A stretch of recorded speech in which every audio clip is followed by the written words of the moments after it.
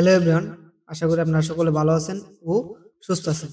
জাতীয়করণ প্রত্যাশী শিক্ষকদের কর্মসূচি ঈদ পর্যন্ত স্থগিত। এই নিয়ে আপনাদের দৈনিক শিক্ষা .com-এ একটি নিউজ প্রকাশিত হয়েছে। আজকে আপনাদের সাথে সেই নিউজটি নিয়ে বিস্তারিত আলোচনা করব। আর যারা যারা এখন আমাদের চ্যানেলটি সাবস্ক্রাইব করেন নাই, অনুরোধ রইল আমাদের চ্যানেলটি সাবস্ক্রাইব করে রাখার জন্য। চলুন ভিডিওটি শুরু করা যাক। এমপিভুক্ত শিক্ষা জাতীয়করণ, এমপিভুক্ত শিক্ষক কর্মচারীদের শতভাগ উৎসব ভাতা প্রদান এবং সরকারের নিয়মে বাড়ি ভাড়া ও চিকিৎসা ভাতার দাবিতে এমপিভুক্ত শিক্ষা প্রতিষ্ঠান জাতীয়করণ জোটের ব্যানারে এমপিভুক্ত শিক্ষক কর্মচারীরা গত 12 ফেব্রুয়ারি থেকে 22 দিন ধরে জাতীয় প্রেস ক্লাবের সামনে লাগাতার অবস্থান কর্মসূচি ও প্রতীকী অনুষ্ঠান পালন করে আসছে। ইতিমধ্যে সংগঠনটির march to secretariat, march to Jamuna, march to Shiksha Bhaban, রাজপথে বিক্ষোভ মিছিল, জেলা উপজেলায় মানববন্ধন ও বিক্ষোভ মিছিল পালন করেছে। এমপিভুক্ত শিক্ষা প্রতিষ্ঠান জাতীয়করণ, শতভাগ উৎসব ভাতা, সরকারি কর্মচারীদের মতো একই হারে বাড়ি ভাড়া ও চিকিৎসা ভাতার দাবিতে চলমান আন্দোলন আগামী ঈদুল আজহা পর্যন্ত স্থগিত করেছেন শিক্ষা আন্দোলনরত শিক্ষকরা বলেন, শিক্ষা উপদেষ্টা অধ্যাপক ডাক্তার ওয়াহিদুল মাহমুদ বিদায় ভাষণে শিক্ষক কর্মচারীদের জন্য আসন্ন ঈদুল আজহা থেকে উৎসব ভাতা ও সম্পূরক বাজেট এবং আগামী বাজেট থেকে বাড়ি ভাড়া, চিকিৎসা ভাতা ও বিনোদন ভাতা সহ অন্যান্য ভাতা বৃদ্ধির ঘোষণা দিয়েছে। তাই তার প্রতি আস্থা ও সম্মান রেখে এমপিভুক্ত শিক্ষা জাতীয়করণ প্রত্যাশী জোট চলমান আন্দোলনকে আগামী ঈদুল আজহা পর্যন্ত স্থগিত করার সিদ্ধান্ত নিয়েছে।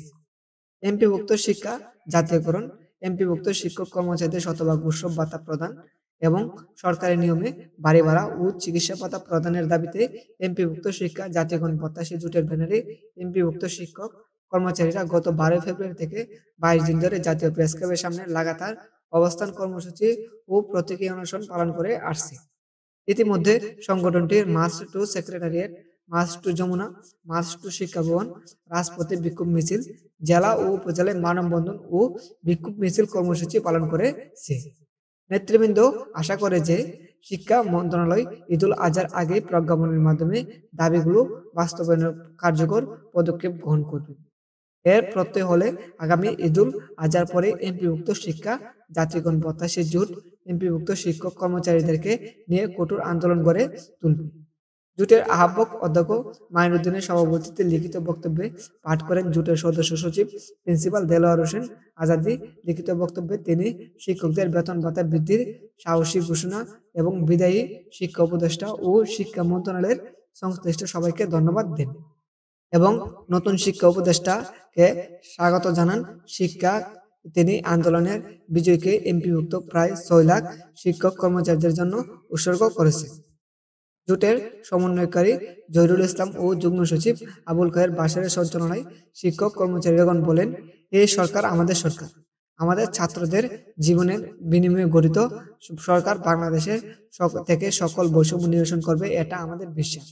নতুন শিক্ষা উপদেষ্টার নিকট টেকসই উন্নত মানের আন্তর্জাতিক মানসম্পন্ন শিক্ষা কারিকুলাম প্রণয়ন এবং মেধাবীদের শিক্ষকতা উন্নত মানের আন্তর্জাতিক মানসম্পন্ন শিক্ষা কারিকুলাম প্রণয়ন এবং মেধাবী শিক্ষকতার পাশাপাশি পেশায় আকৃষ্ট করে এমপিভুক্ত শিক্ষা জাতীয়করণ কার্যকর পদক্ষেপ গ্রহণের জোর দাবি জানায়।